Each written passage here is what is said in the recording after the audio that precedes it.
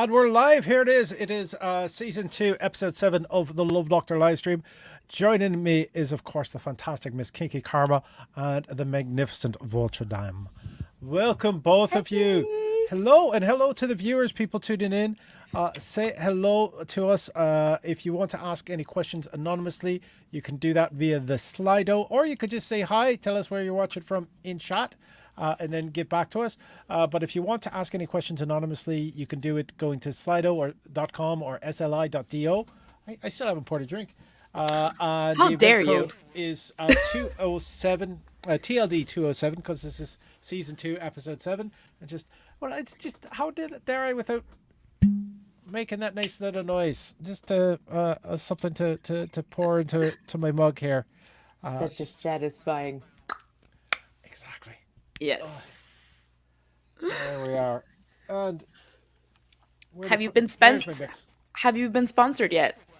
No, I have not been sponsored yet. Oh man, we have to start a tally of days of how Yes. many ongoing episodes it's been. We need to start a petition. That's what we need to do. Well, before the snow day hits too hard, I might have to go out for to get some mix tomorrow. Oh. Look what a good customer he is. I know, eh? It deserves this sponsorship. Definitely. There we are. Because I'm consuming the product. I think that's the kind of customers they like. Denny Leger is saying, "Hey everyone, welcome Denny."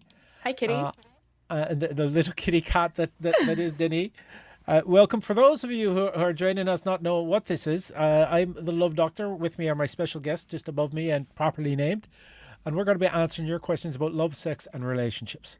So people have asked some questions in advance, as well as we are taking them in the chat through the entire period. So welcome to the show. Let's see. We'll start at the bottom. Here, where is it? There it is. There we go. Should parents have any say in your relationships? Kinky is in the hot seat, so Kinky gets to tackle this one first. My mom wished, but no. Parents are great. I mean, they gave birth to you, which is cool, but you didn't have a say in it. So they shouldn't necessarily have a say in your relationships with other people or in your life unless you want to. Advice is great, but at the end of the day, they're not the one that's going to be in the relationship you are. So depends on what the relationship that you have. On my end, I love my mom, but I do not want to take her relationships advice because we don't see eye to eye. Let's put it that way. Granted, taken. Votre Dame.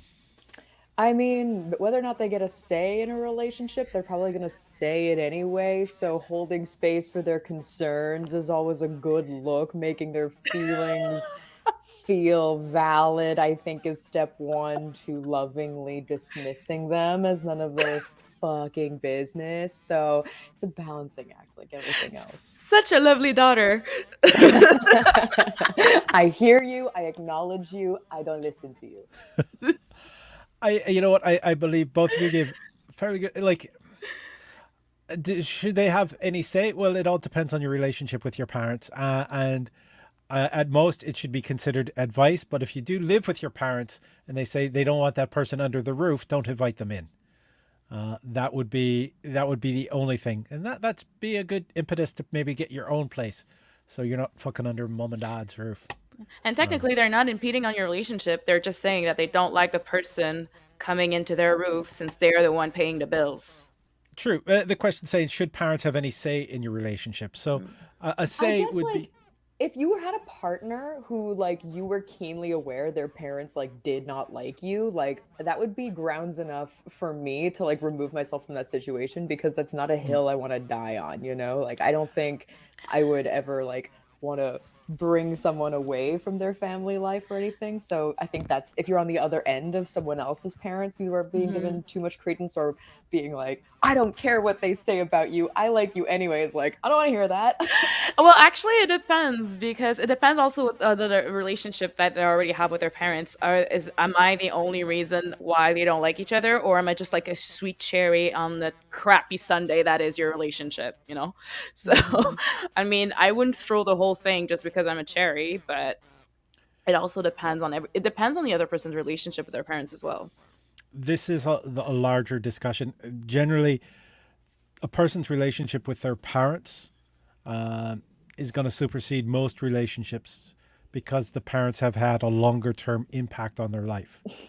Now, you can bring parents around by being just true to yourself and being a good person.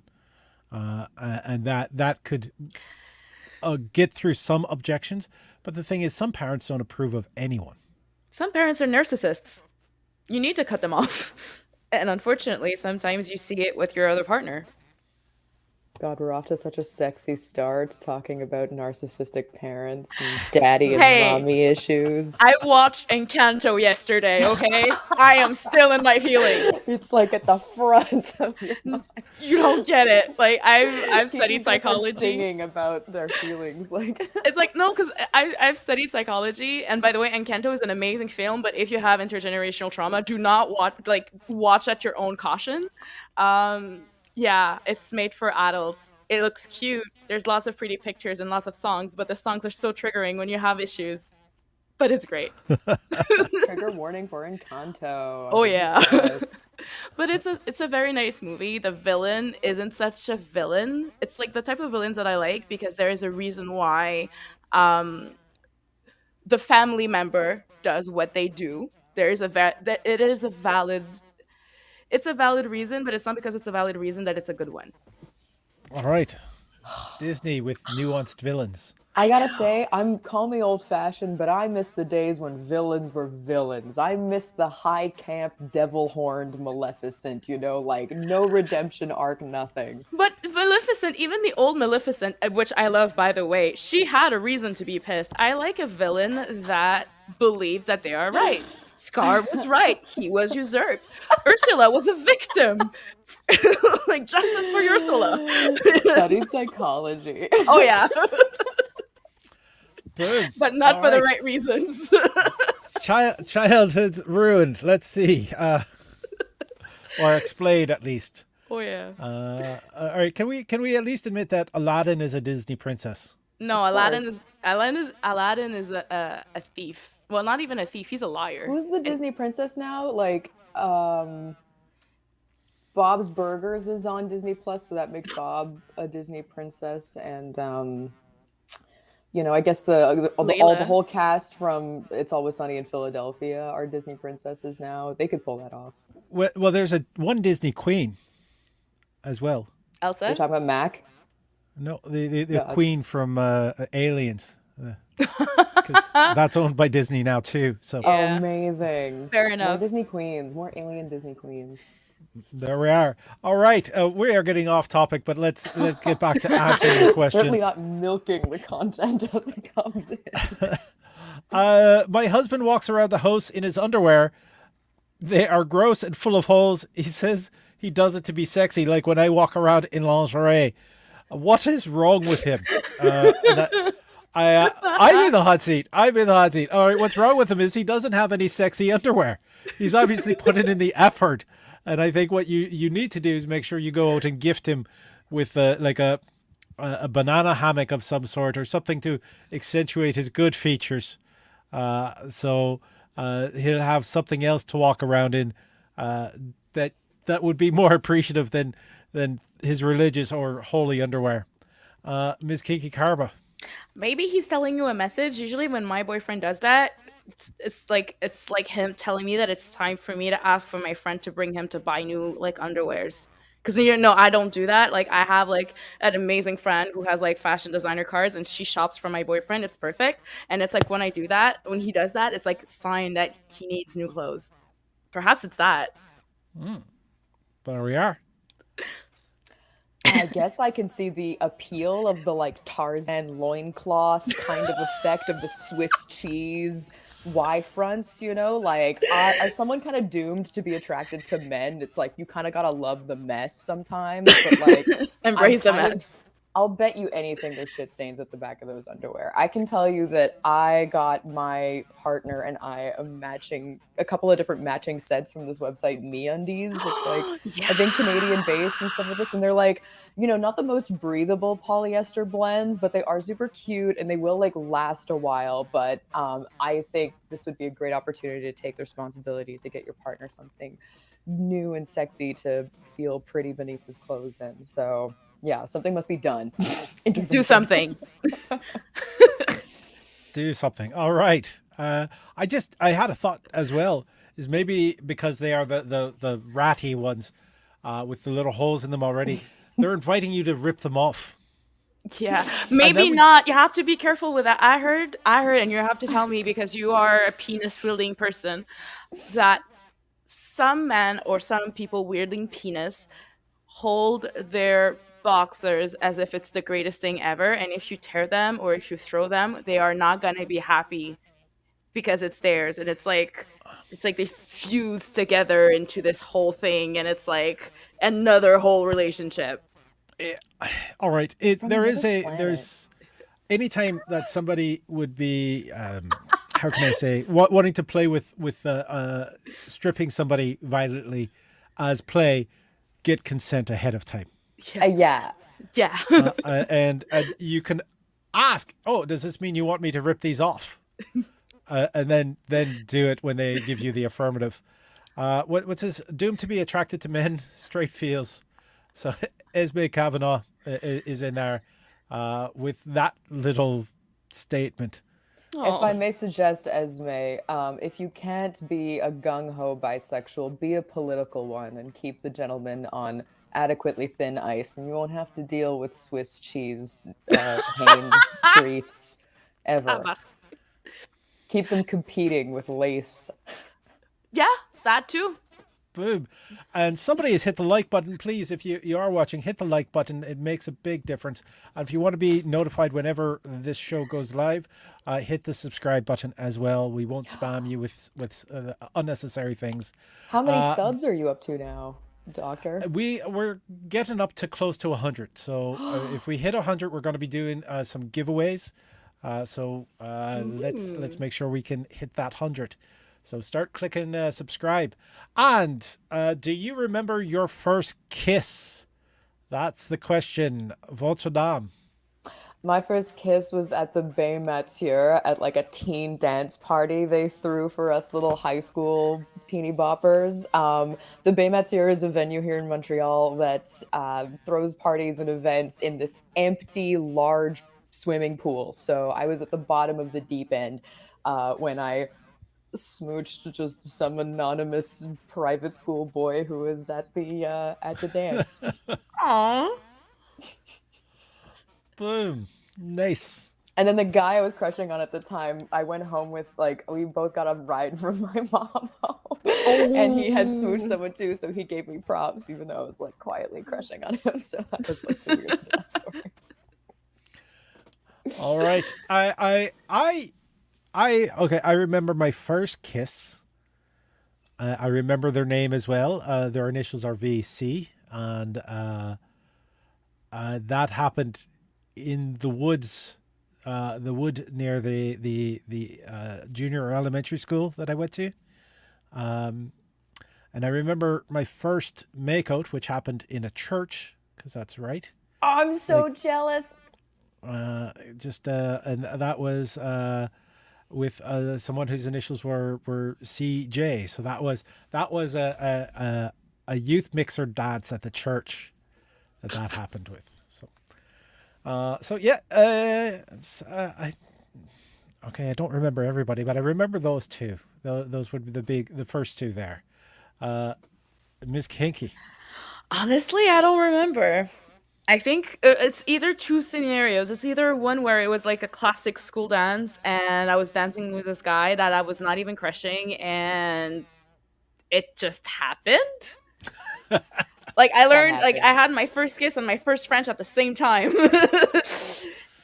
Or It's either that or it's the guy that I was been crushing, and well, it didn't end well, but it was nice. I was young, dumb, and stupid, so it was nice while it lasted. Let's. I think nice while it lasted. It should be what everyone hopes for, and that it doesn't end bad. It can end, just not bad. It ended bad, but it was nice while it lasted. All right, all right, all right. Oh, here's all I've right. been playing the license plate game with the initials of your first base encounters there, Doctor, and so like I'll only like naughty, silly names are coming to my mind. So I won't out your middle school conquest named Virginia. No, elementary was the first one. The other one was, Cumberbund. I think, was actually junior high as well. All right, Oh. yeah. Yeah. So, all right. Oh, that's the wrong button. There we are. What's the biggest barriers to communication? Oh What is the damn. biggest barriers to communication? All right, we were looking for light, fun, and happy questions, but or Votre Dame was at least. So this is a heavy one that's been thrown in. Oh, okay. Which there's so many barriers. Two that I can think about is vulnerability. So the capacity of someone to be vulnerable and to take risk while saying their needs or how they feel, and also the lack of understanding the consequences of what the other person is telling you. Giving you an example. I am a very sensitive person. So you understand that. But the consequences of me being a very sensitive person is if, well, I get sad easily. So if you don't connect the dots that I get sad easily because I'm sensitive, then it is a barrier of communications, because when I'm going to try to explain to you what happens, you're never going to get it. Boom. Good answer. If by the way, just if anyone's watching, if you want to list some barriers to communication in the chat, and we might address them afterwards once everyone's answered this question. Votre Dame. My answers will be perspectives, and I had a second one, but the perspectives coming from cultural perspectives and perspectives of expectations. Like, I think it's entirely possible for groups of people or partners of people to be using exactly the same vocabulary and mean very different things. So defining your terms is very important. You can tell she just finished a degree in communication, so there's that. That and active listening. Like, I think to build on Kinky's perspective of like tuning into each other's sensitive points and like understanding the consequences thereof, like active listening is kind of like, it's like the same process as meditating, where you're not clouding up your mind. Like, get out of your own head. If you're like not listening to someone who's talking because you're too busy thinking about the next thing you're going to do that's going to satisfy the itch of expressing yourself, then you're not listening to someone. You're not being present. So do the thing you do when you do yoga and just like make the mind blank. Listen to like, let their information, let their words like spark ideas in your head. That's active listening. And then I think don't feel stupid if you have to like repeat back to them like, okay, I think if I understand what you're saying, it's this, and then try to say it in slightly different verbiage. And then that's how perspectives can be bridged and communication can flourish. Boom. I think I sounded smart. Yeah. Yeah, that you did. Sounds a lot smarter than that I'm about to. I'm saying one of the biggest barriers to communication is a desire to communicate. Because somebody, if they shut down, if they're only going to hurl insults, they're not communicating. Trying to clarify, asking to clarify is important. Having somebody who is doing the reach out shows that they are willing to communicate. But I don't think people are willing to take abuse. So if that is the case, then maybe it's worth it better to cut and run. But if the relationship is worth it, then try working through it. Try to find out the reasonings and make things better. So yeah, biggest barriers to communication, other than the ones that were mentioned by my two lovely guests, would have to be that. Is the desire and ability to communicate.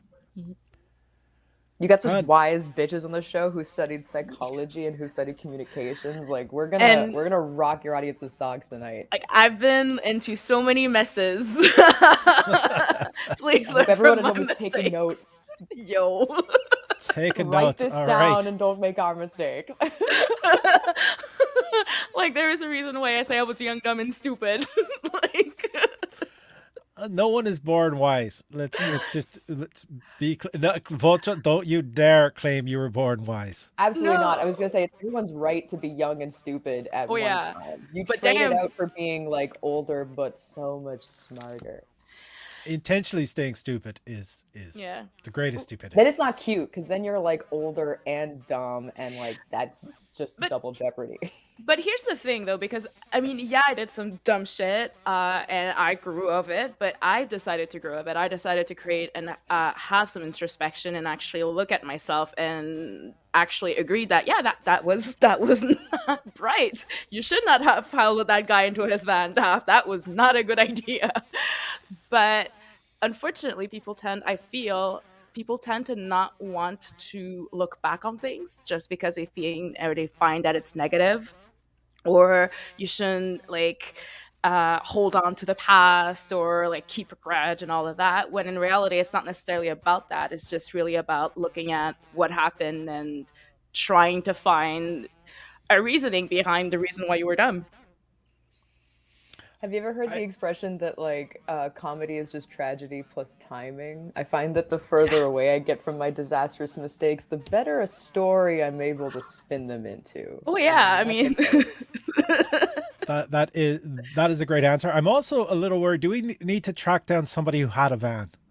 'Cause- no, it She's was a safe. good She's time. right here. It She's was nice. okay. It was nice while it lasted. all right, all right. Esme is saying all such good answers. Sometimes you don't want to accept the consequences, and it's hard to do active listening. It is hard. It is a skill to learn and work on. Mhm. Mental illness and past trauma can be hard to get over. Also, yes, and they Yes. can color the decisions that we make long into the future. Yeah, I think you And kind of take them with you, don't you? yeah, but it's okay. I mean, Over. I have borderline personality disorder. I say that I am borderline, and the reason why I'm saying that is because the perspective I have of that specific mental illness is that I do not see it as an illness. I see that it has this serious consequences. Hashtag I was young, dumb, and stupid. But I do not see it as a mental illness. I just see it as I am a robot that are missing some components, and that makes me cute or completely weird. Um, but knowing that you have that mental illness and knowing what it does, yes, it will taint what you're gonna think about, but you're gonna decide if it taints it or not because you kind of know it. And by the way, it sucks. I hate this. Like why did I go to my therapist? Because now I understand. But mental illness can be passed and can actually be a better way to communicate. Denis Leger is saying, I think that bad memories of arguments might block communication, generally because the fear associated with it, and that's trauma again. But a receptive partner will help you open up, and that is finding the time, finding the person who wants to do that work with you, and that's so important because that's what make relationships work is work. So Yep. you need to find somebody who will do that work with you. Though Miss Kinky, I think I've mentioned this. An Irish performer. A number of years ago, he was actually the number two top grossing touring act from Ireland. And the number one was U2, but he was number two, and he was a stand-up comedian. And I'm not sure if you would have heard of him. His name is Tommy Tiernan. Votre Nope. Dame, are you familiar? Oh, of course. Yeah, Tommy Tiernan is massive among the Irish community. Of Dairy But Girls fame, among other stuff. oh yes, he plays the father on Dairy Girls. But The granddad, he's I think. what? Is he the father or is he the granddad? He's the father. Oh, okay. He's the Great. father. But he has a joke that he says, I've recently discovered I have a borderline personality disorder.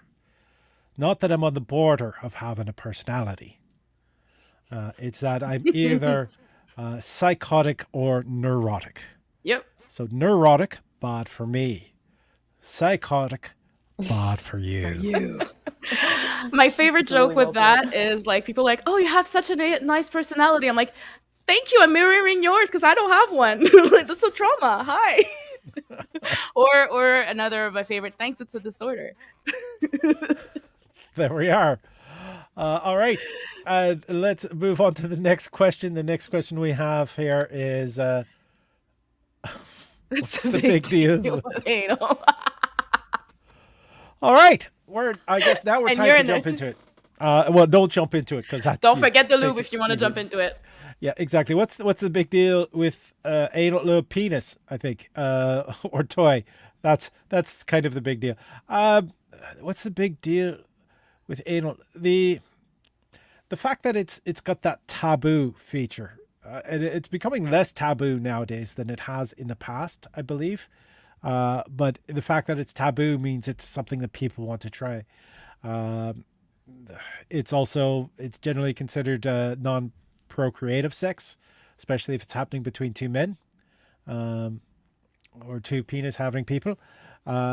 It's I think it reveals, it needs a lot of trust, but I think anytime you're sharing sex with anyone, it shows trust or at least a reckless endangerment of yourself. Miss Kinky. What's the big deal with anal? It's fun. And it's different. And it's different sensations. And I mean, the hole is there. There are nerve agents there. Why not?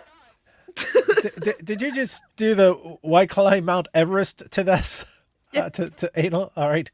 Because it's there. Because it's there. What do you want me to answer?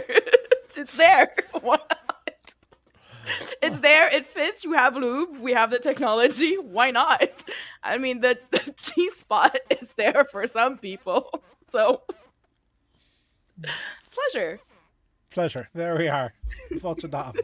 I think the big deal is that it is like an escalation of what was formerly known as like home base, right? Like this is so Yeah. you've made it around the bases, you've slid into home, It's a home run. and this is fifth base, right? This is like the step past that. It's like an escalation, and it feels like an escalation. It does require a lot more trust, like the doctor ordered, and I do think that it is on the receiving end, anyways, like a far more intense and like necessarily strategized source of pleasure. And it is, I think it can be like so much more intimate, and it can be like a demonstration of trust and like a nice little like way to slow everything down. Comes a Yep. time when things feel very familiar and you kind of know where things are going, and you've hit the favorite positions a couple of times. So if you really need to like go towards the final frontier, I think that's the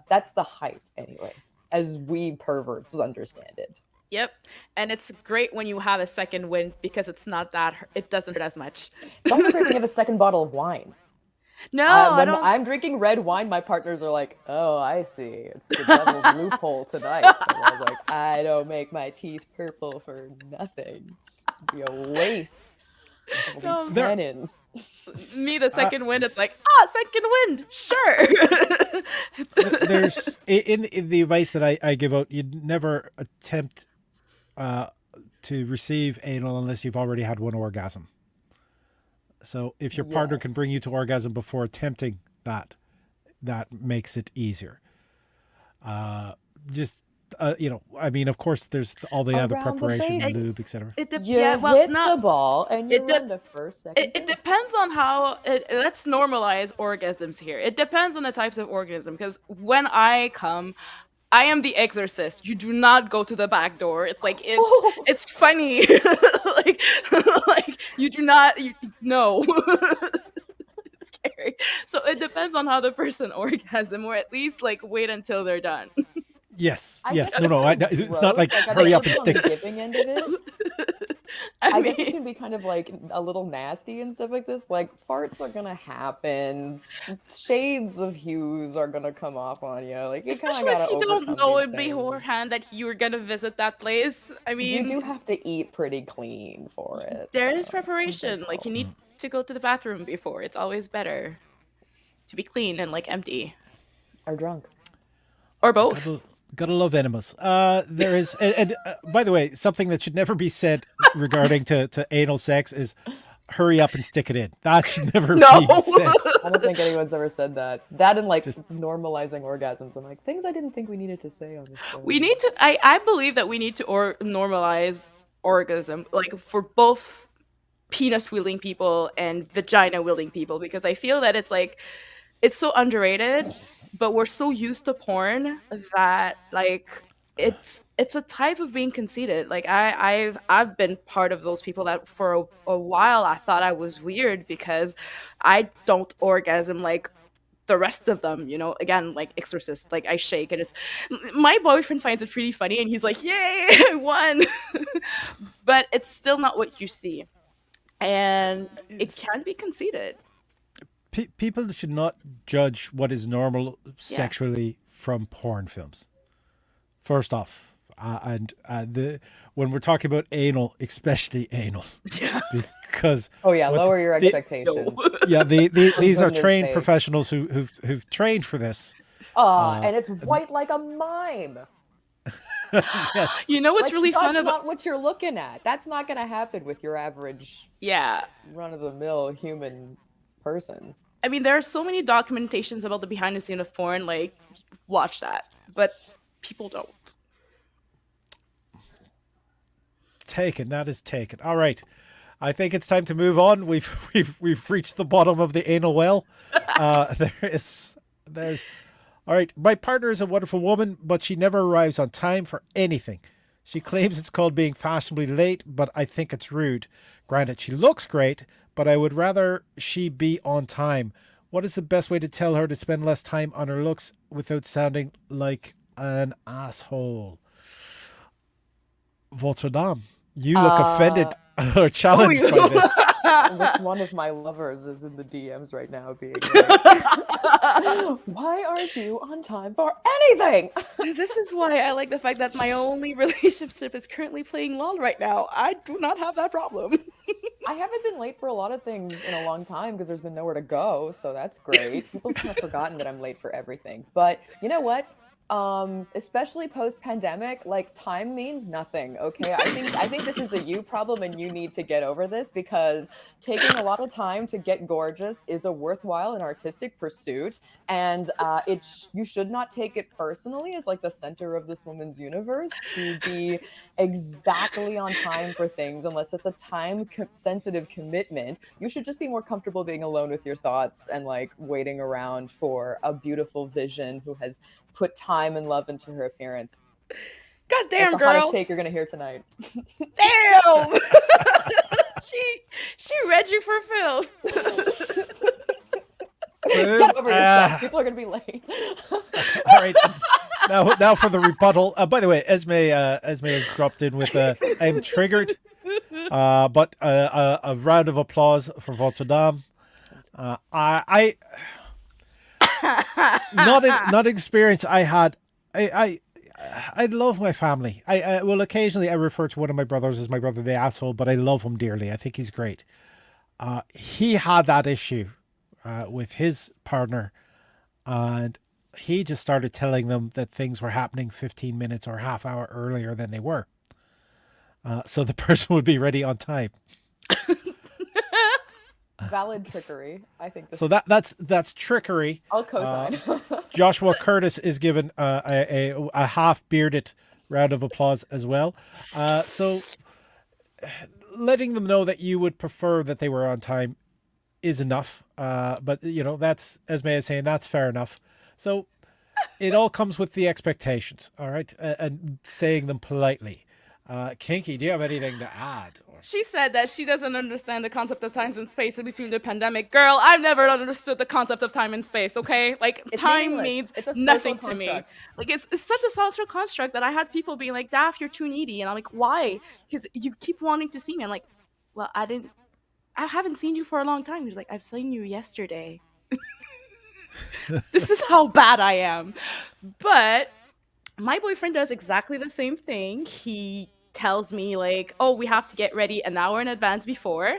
And well, I am co-signing to what Votre Dame says. I mean, you like it when she looks pretty. You don't want her to look like a clown. Do you want her to look like a clown? No, you don't. You appreciate the thing. I mean, good things comes to those who wait.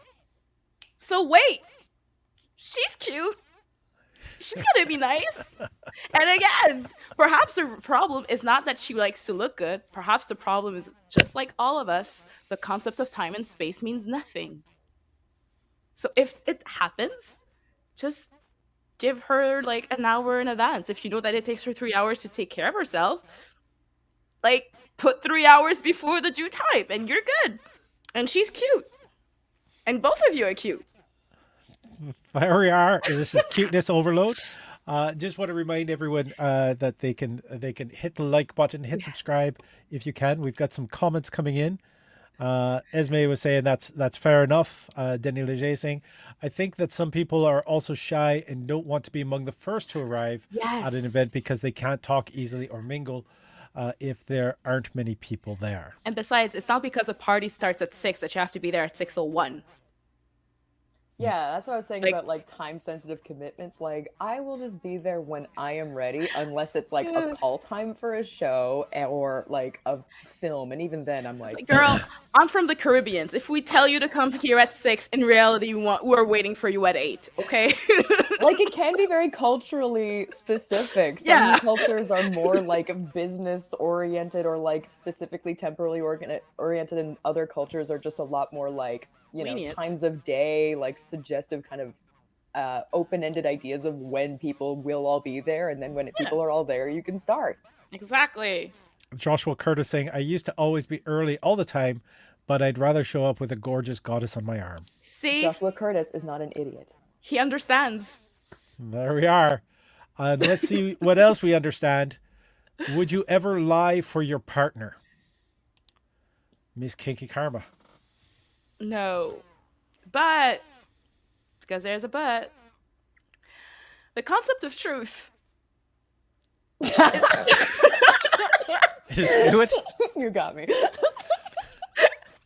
Say it. It depends on what your concept of truth is. Because I have never lied to a partner. For my partner. I've never done that. But, did I withheld the truth by keeping my mouth shut? Yes, I have. Many times. Lies of omission.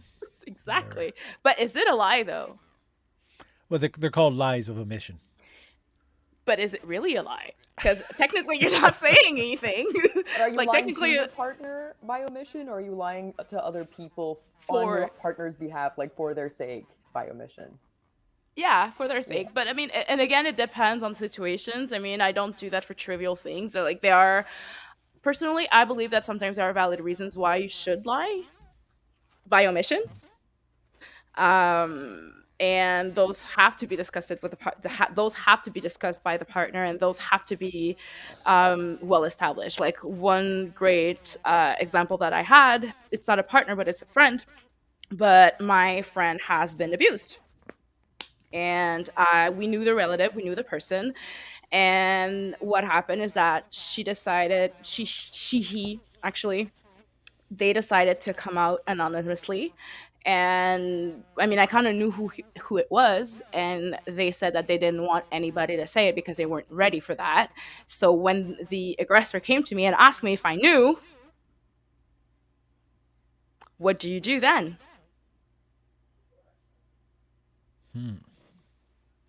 So yeah, I lied. All right. Well, I didn't say anything. So is it a lie by omission? There we are. The quadri is put out there to the chat if you want to say that's a lie by omission or not.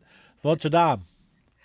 Yes, because I love lying. And I agree that sometimes being like, here's the whole truth and everything I know about that situation is just fully gossiping. And like, it's so much more interesting. It's so much more main character like syndrome It's to hero. just spin chaos into the universe that was not there before. I'm a great storyteller. I have put in hours in improv. So why not flex? If it was for my partner, I would consider it nothing short of the most romantic gesture worthy of Shakespeare's romantic comedies to spin falsehoods and half truths for my love. See, I'm not that bad. I'm chaos positive now. You know what I mean? I'm like, I just want Oh, crazy shit to keep happening. you and me Always. both. I'm also chaos, but I'm the weird type of chaos. I will ask you questions to answer your questions and then have you re-question your existence while I eat popcorn. Because isn't that giving you such an addictive source of Yeah, control? no, because it's fun. Exactly. I like to watch the world burn. No, Oh, Oh, we're gonna get a speech. Oh, we're gonna get Oh. lectured about how it's not good to no, be chaotic. I'm not smart enough to keep lies straight. So I usually keep to the truth. Maybe a white lie to protect, the person, my partner, the people I love.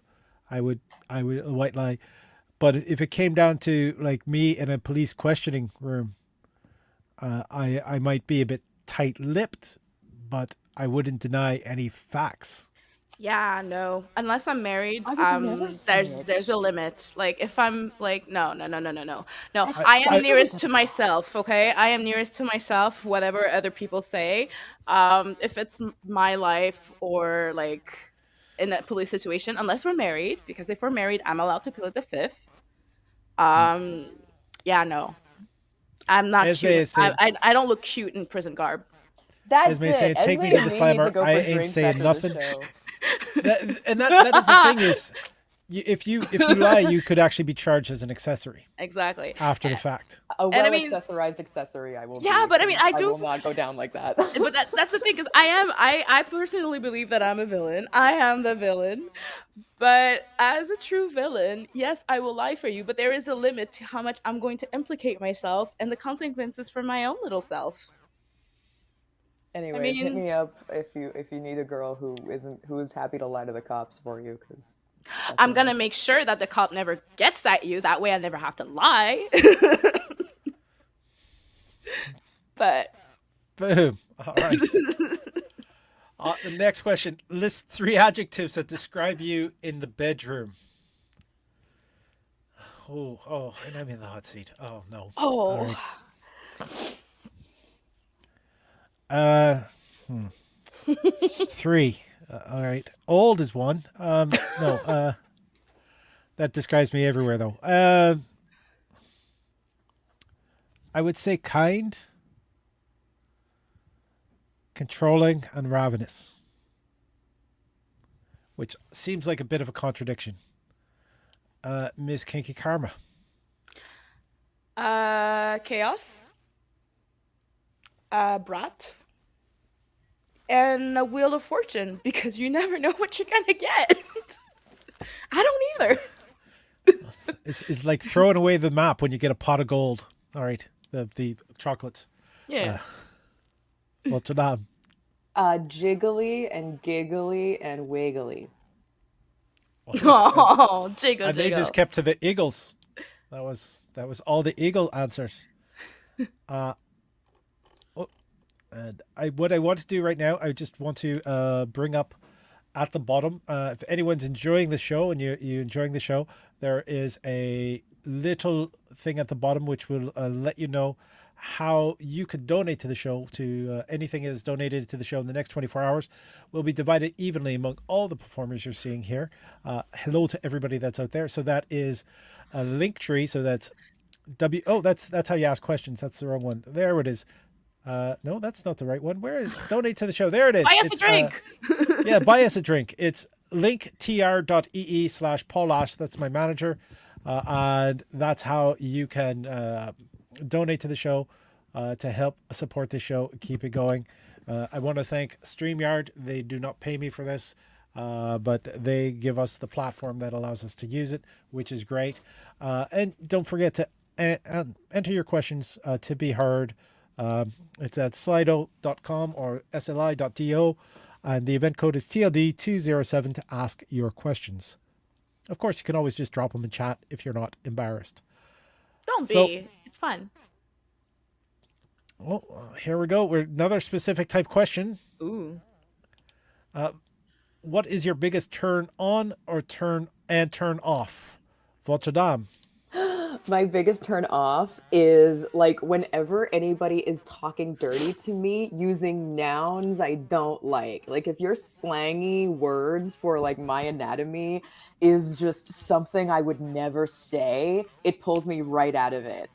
I think I've told the story on the show before where like a guy asked me to like shave my pretty lady flower. And I was just like, I can't do this. It's not gonna happen. It's not any of those things. And it's just so weird. Like, I just like the C word. Maybe I'm old fashioned. It's fine. But Richard Mullen is saying it's a good show. Thank you, Richard. Thank you. and my biggest turn on, like it, I give would us a say, Oops, it's sorry. a two-part question. So it gets Yes, it was. It was a answer. two-part question. Bringing you back. Yeah, my turn off is nouns I don't like. And then my turn on is like, if you know me well and the conversational chemistry is there, talking dirty is my biggest turn on because I'm a real like literature slut. Like I really like my pornography is all in paperback. And I think it's very difficult. It's a very specific art to be good at talking dirty in the bedroom because there's something about like intimate spaces and being turned on that like shuts off the language part of your brain sometimes. So like you'll think you're going to say something about how you want to like caress every crevice and nook and cranny until it weeps tears out of you. But like it comes out as just like sleep. And then you can't. So practice that. Do your vocal warm-ups before hitting the sack. All right. Hold it. I'm next. Yes, you're next. I'm next. All right. Biggest turn on, biggest turn off. Yes. All right. Biggest turn off. This was sort of a hookup. Just bad hygiene. Just I'm out of there. That was a huge turn off. No. Yeah, no, bad hygiene's a big turn off. Turn on.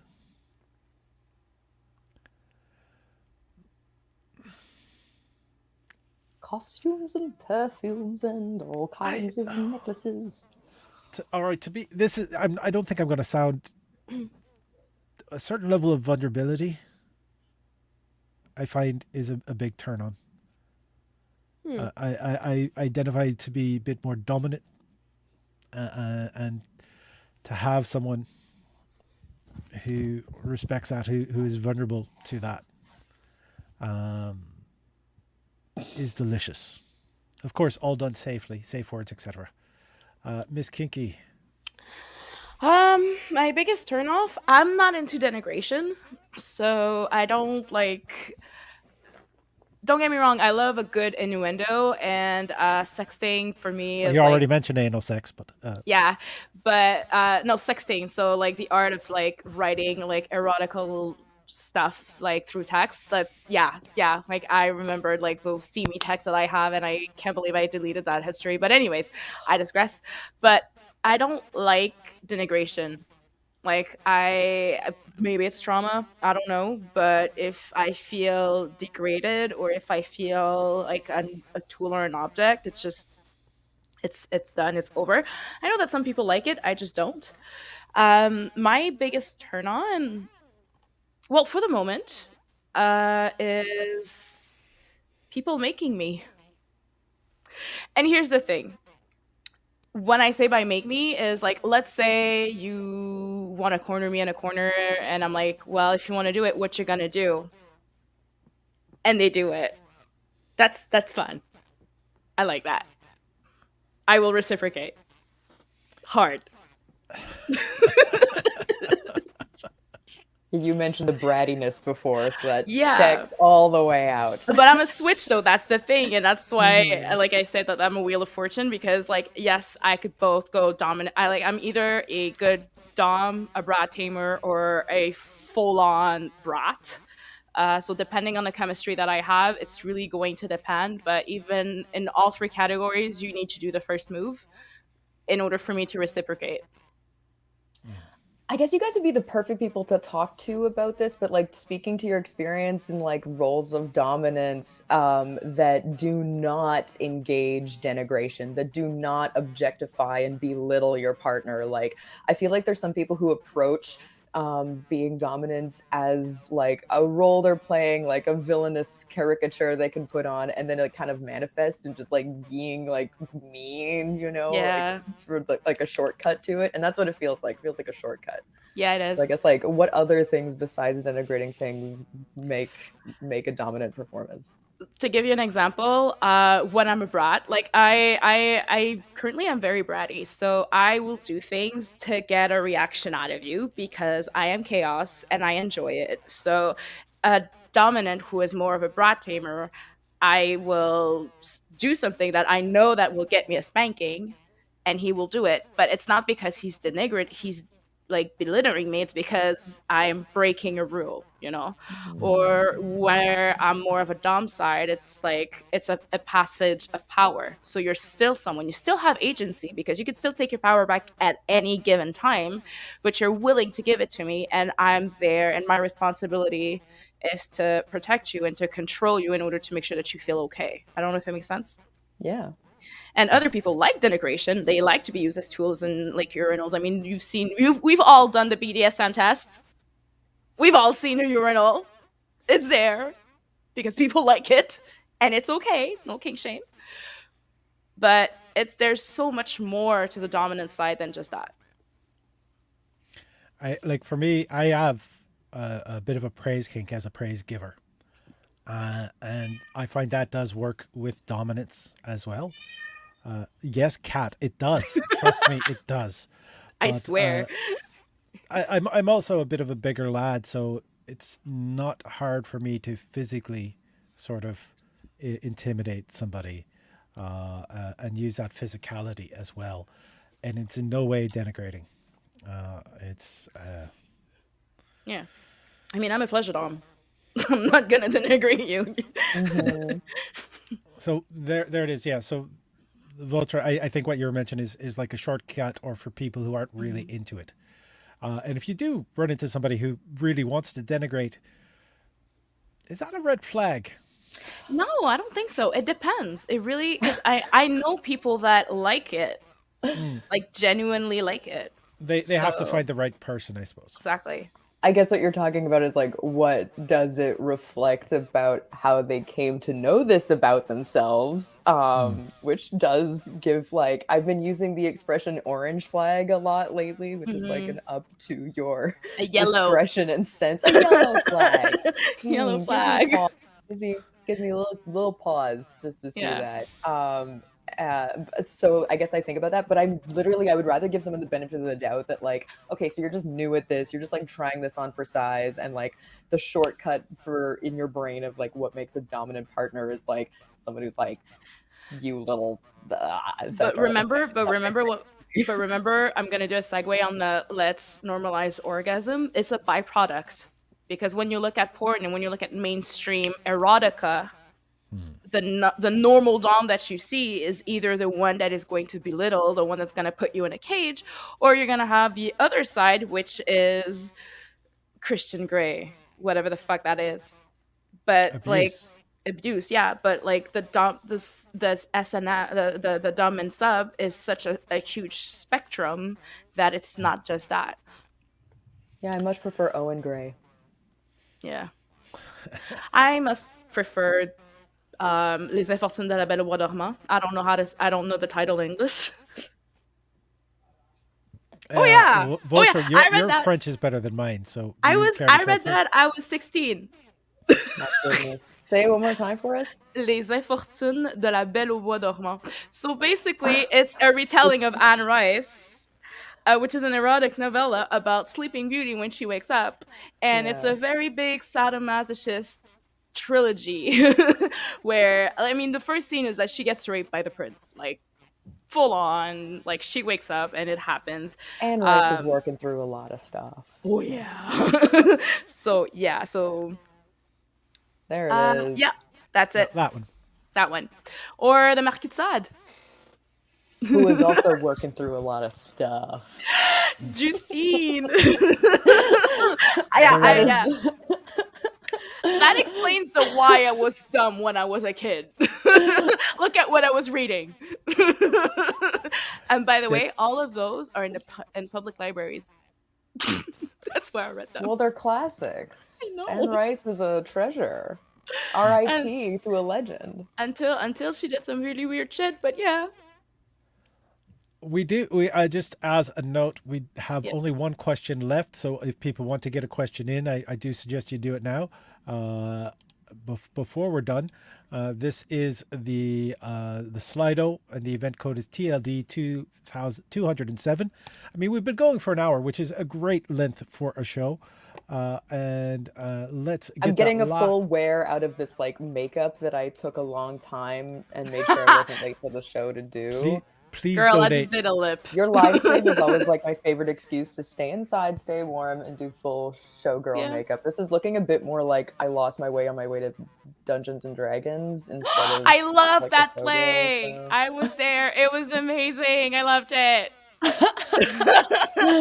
think you're talking about the show I did, at Mainline back in October. That was loosely based on Dungeons and Dragons. It was perfect. I loved it. Witch. I loved your witch. Thank you for coming to that. Here I thought it was for it was an 80s. You were going to an 80s themed party.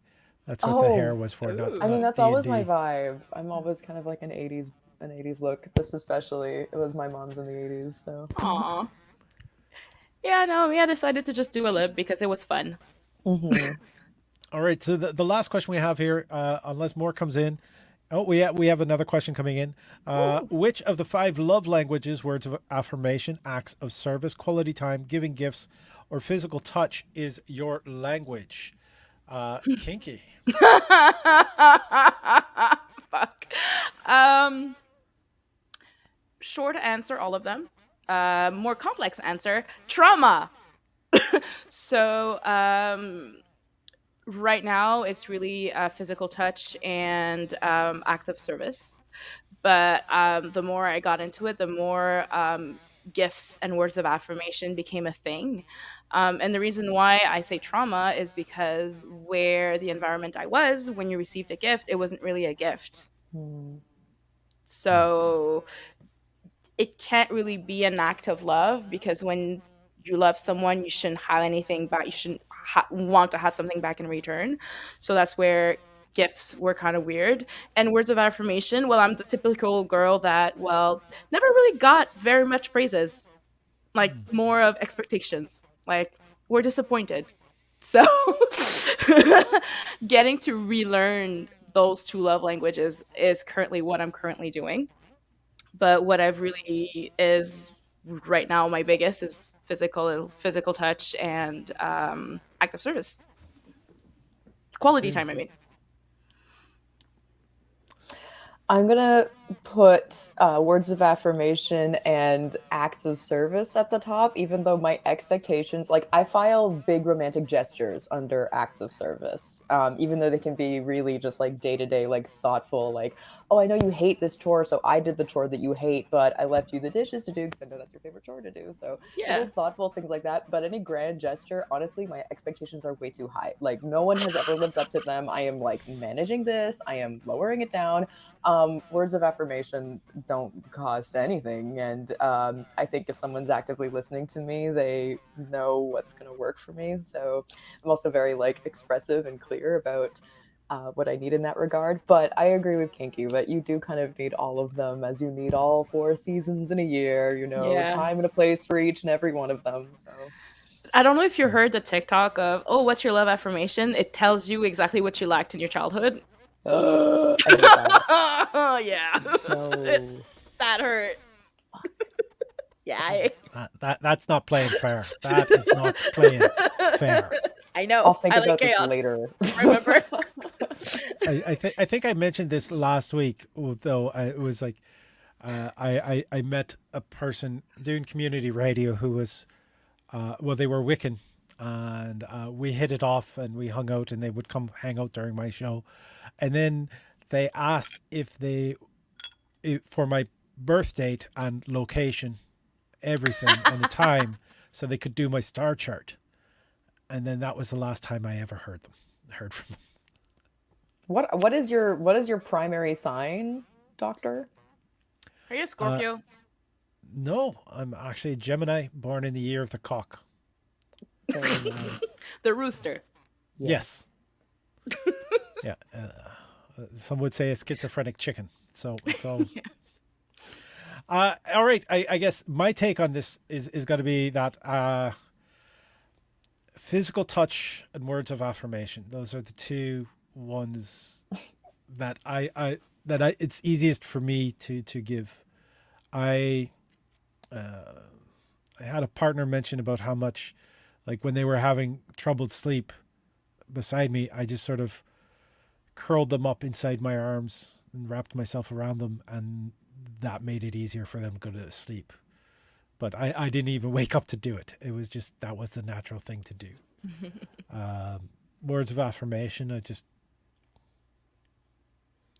I love somebody, then I'm going to be thinking the best of them and saying the best of them.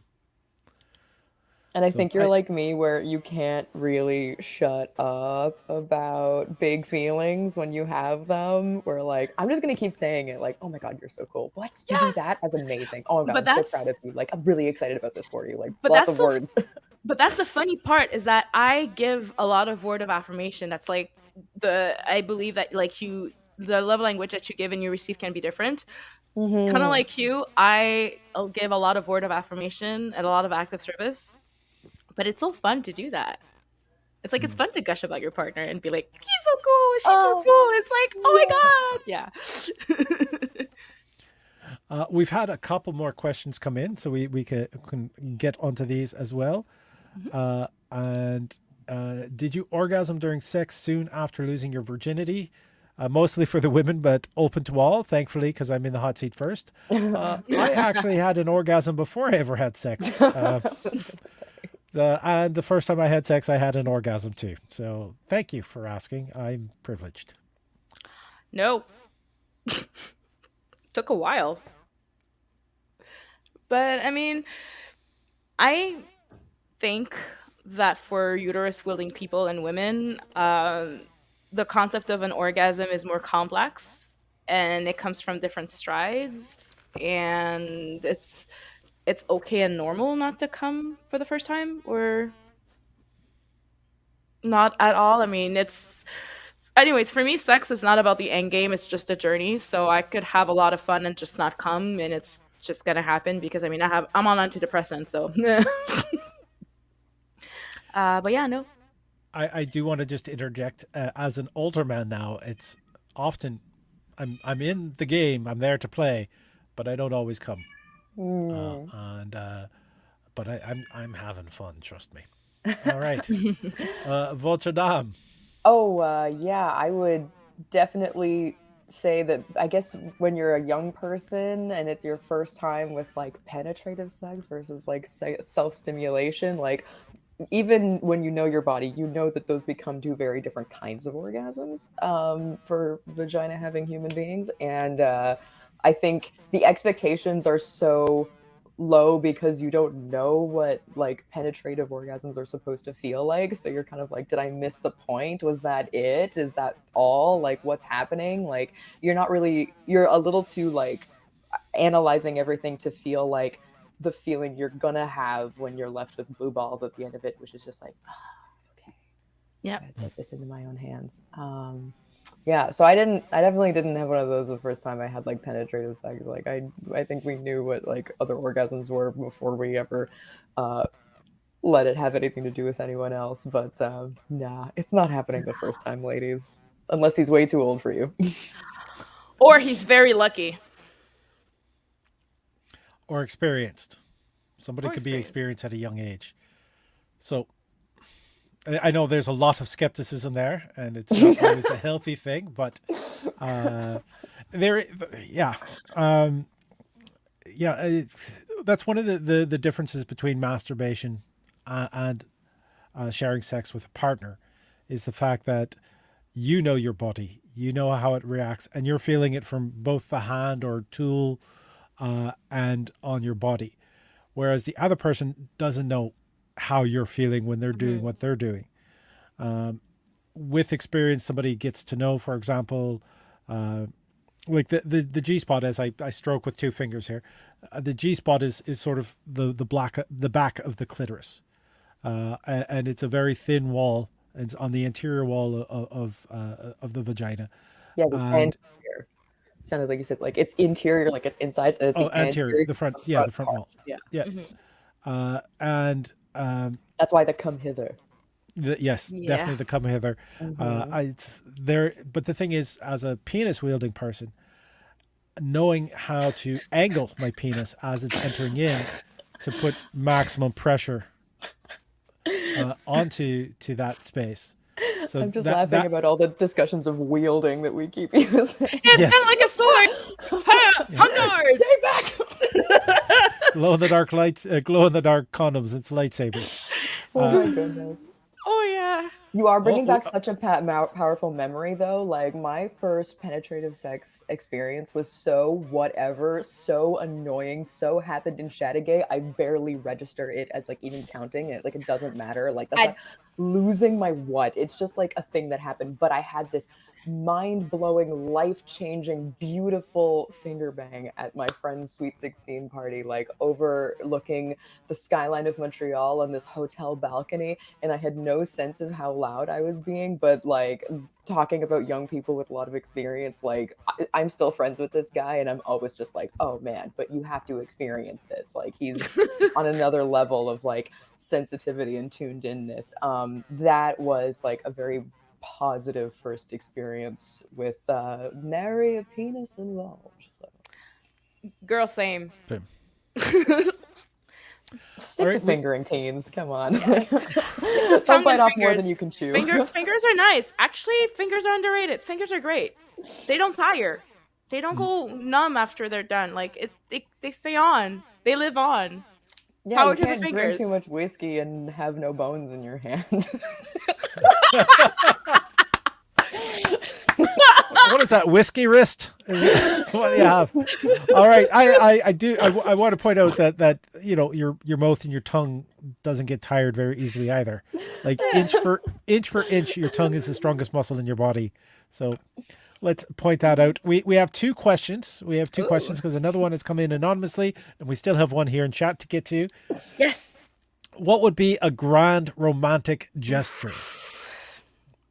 Oh, that's I like yours. thoughtful plans. I like thoughtful planning. So if you make sure that like my calendar is free, if you plan with me, only giving me as much information as I can. I like to be surprised. I like to be planned for. I like experiences. I like being taken places. And it doesn't have to be like super lucrative. I like, the idea of somebody cooking something thoughtful for me, baking something thoughtful for me. That's certainly a love language I express a lot of feelings with. Like I love crafting things for people that's like a nice in joke or something they'll appreciate. And I love baking and cooking for people, even though I'm not very good at it. It It's a is thought the that thought that counts. Boom. I concur with all of those. Anything that sort of proves that the person has been thinking of me makes it a grand romantic gesture. For me to do is taking the time. Is there something burning through the wall behind me? All right, just noticed that now. All right, I've It's your been light. distracted. Yeah. That's taking the time out of my day to make sure that they know that they are my focus. But what would be a grand romantic gesture for you, Doctor? Yeah. No, That somebody you showing would that they receive. somebody taking the time to spend their time with me. That's a grand romantic gesture. Be it a walk in the woods, walk in the park. It's fucking cold right now, but knowing that they had other options, and I guess I'm easy knowing that they had other options and they decided they wanted to spend it with me. You're kind of a low maintenance bitch. I definitely have greater needs. You're here, I and all right. Um, I don't know. I think there's people that consider me not low maintenance. So yeah. Honestly, for me, I'm attracted to villains. So for me, a grand romantic gesture would be for you to robbing a find a bank. way. Well, no, actually, because the reason why I love a good villain, and this is why also I consider myself a villain, is that I would rather let the world burn to protect the ones that I love more than to sacrifice the ones that I love for the greater good. Like fuck the greater goods. You guys could just eat bricks. So for me, a great gesture is that basically. It's just making me feel that yeah, if you had the chance of saving the world or saving my ass, you'd save my ass and say fuck the world. Or to take the words of one of my friends, if I needed to take the soul stone, you're the one I'd be killing. oh, this is the grandest of romantic gestures. This is the highest stakes, cosmic level I of know! And action. this is what I strive for. And I'm polyamorous, so it's very weird in a sense You because need that though, because you need like a little militia of people fighting yeah, for you like that. exactly. It's like I don't want to be the one to be fighting for because that is way too much pressure and responsibility. I don't For want one that. person. Yeah. No. Like if I wanted that, I'd be monogamous. Um, but making me feel like I'm a priority in your life and that you want to do everything in your power to keep me there. I don't necessarily need to be like the whole thing, but I'm there. Like I'm not gonna go away. You're gonna make sure that I do not go away.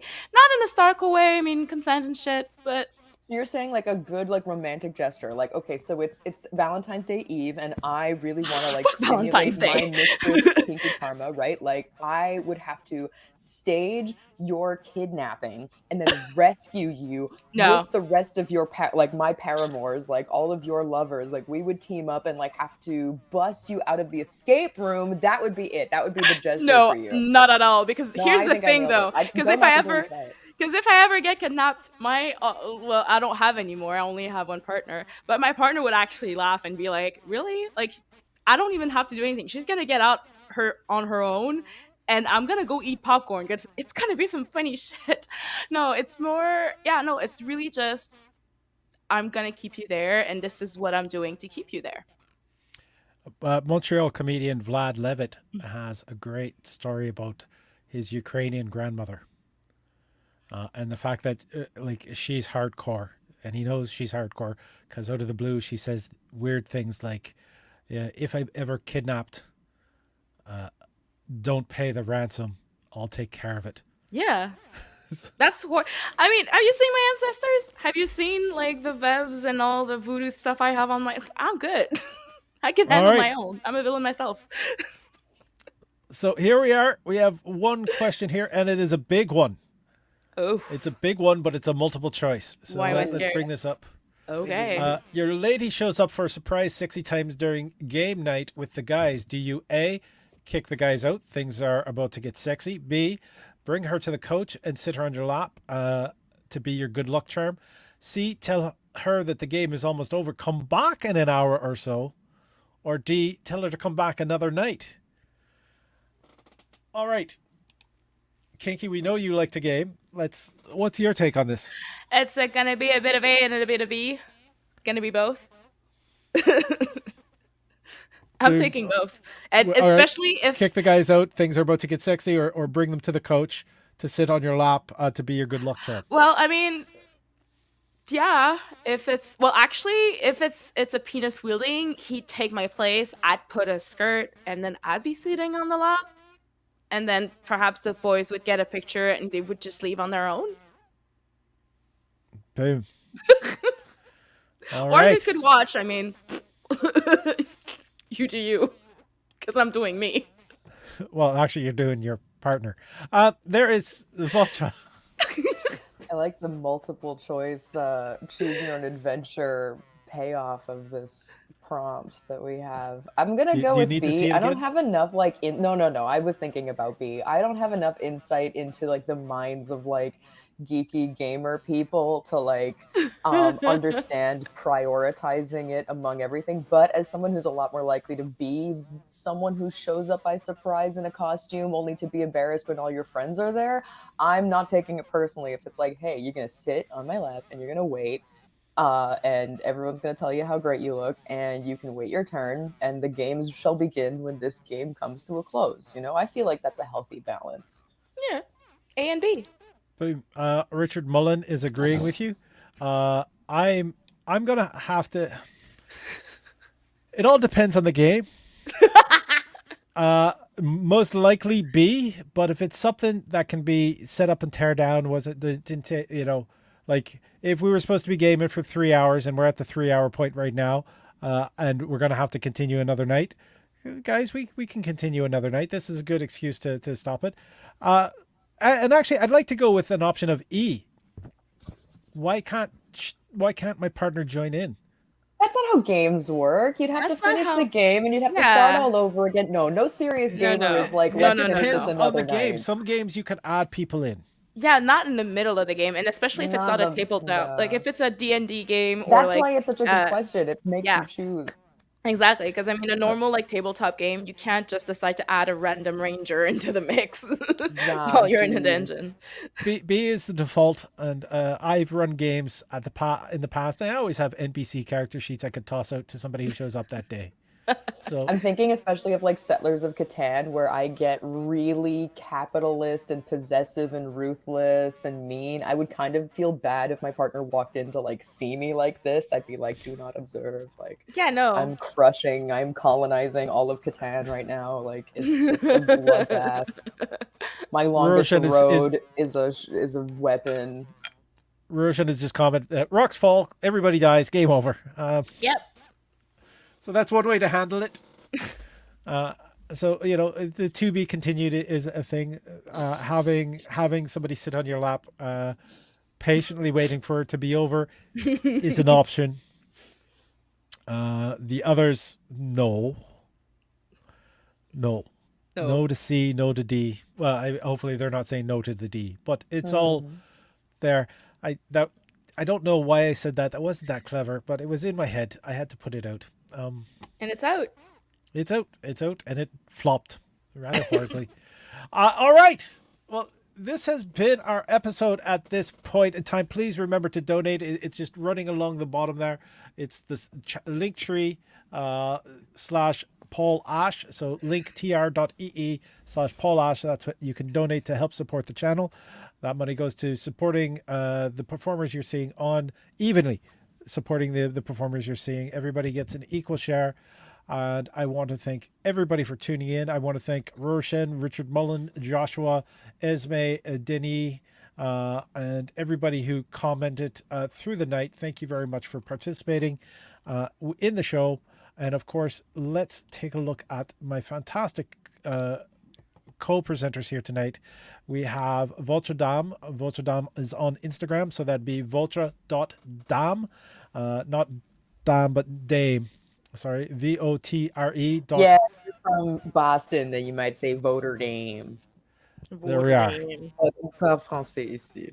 Oui, vous êtes au Québec. And then we also have the wonderful Miss Kinky Karma on Instagram. On Instagram, it's Ms. So it's ms.kinky karma, all one word, on Instagram. The spelling of karma used is KARMA. And the fantastic Ms. Kinky Karma. So that's all the performers. My manager runs several shows. They're all linked on the link tree, but the first thing is the buy a drink. Joshua saying, thanks for the great show. Thank you for tuning in. Denny Leger saying, fun show all. Thank you all for tuning in. I'm the Love Doctor, and remember, I love you all. Good night. Oh, and next week it's going to be Misty Portugal and Lady Muff.